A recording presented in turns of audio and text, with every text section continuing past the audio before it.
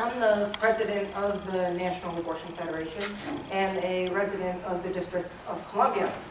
I'd like to thank Delegate Norton and Mayor Gray for standing up for DC women and for opposing this callous and unconstitutional bill.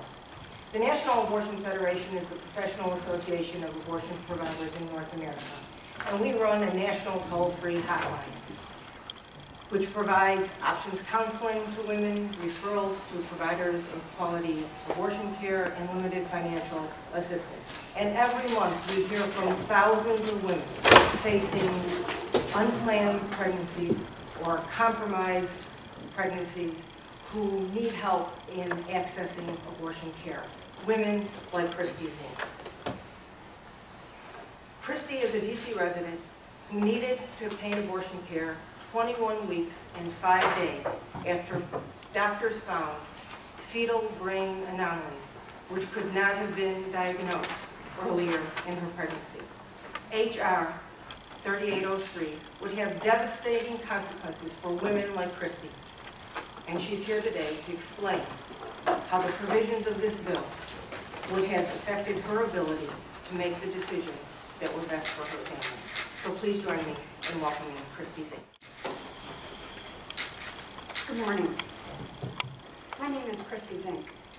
I, like many women in Washington, D.C., am a mother. Before arriving here today, I rushed around to get 2 kids, woken up, dressed, and out the door. Between my 4-year-old daughter and 8-month-old son, there were backpacks, diaper bags, milk bottles, juice boxes, lunch boxes, permission slips, and stuffed bunnies. There were also the mysterious hunt for 2 matching shoes and the eternal wintertime battle about wearing a coat. I, like so many women, work diligently to balance family and work, and I feel lucky to have this challenge.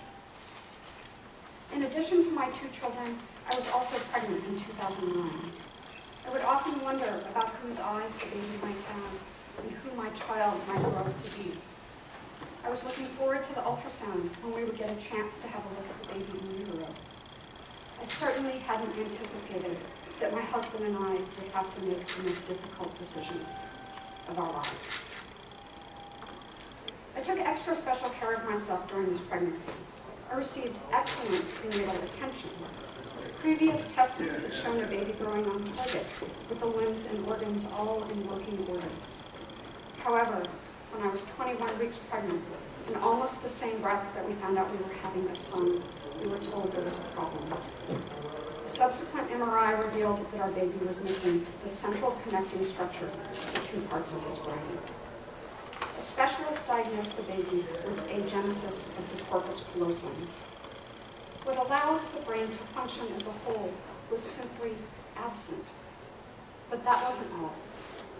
Part of the baby's brain had failed to develop.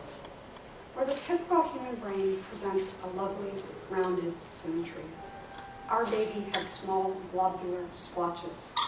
In effect, our son was also missing one side of his brain. We consulted some of the best radiologists, neurologists, and geneticists, not just in our city or in the country, but in the world. We asked every question we could. The answers were far from easy to hear, but they were clear. There would be no miracle cure. His body had no capacity to repair this anomaly, and medical science could not solve this tragedy. Our son's condition could not have been detected earlier in my pregnancy. Only the brain scan could have found it. The prognosis was unbearable. No one could look at those MRI images and not know instantly that something was terribly wrong. If the baby survived pregnancy, which was not certain, his condition would require numerous surgeries to remove more of what little brain matter he had, to diminish what would otherwise be a state of near constant seizure. I am here to speak out against the so-called Pain-Capable Unborn Child Protection Act. Its very premise that it prevents pain is a lie. If this bill had been passed before my pregnancy, I would have had to carry to term and give birth to a baby whom the doctors concurred had no chance of a life and would have experienced near constant pain. If my son had survived the pregnancy, which was not certain, he might have never left the hospital. My daughter's life, too, would have been irrevocably hurt by an almost always absent parent. The decision I made to have an abortion at almost 22 weeks was made out of love and to spare my son's pain and suffering. I'm horrified to think that the doctors who compassionately but objectively explained to us the prognosis and our options for medical treatment, and the doctor who helped us terminate the pregnancy would be prosecuted as criminals under this law for providing basic medical care and expertise. I live and work in Washington, D.C. My husband and I own a house here. We vote, and we believe in the democracy at the heart of this country. It is unconscionable that someone would come into my city from the outside and try to impose a law that doesn't represent the best interests of anyone, especially families like mine. This proposed law is downright cruel, as it would inflict pain on the families, the women, and the babies it purports to protect. It's in honor of my son that I'm here today, speaking on his behalf.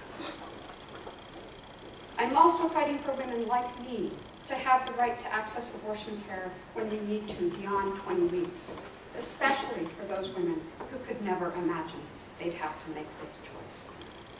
Thank you.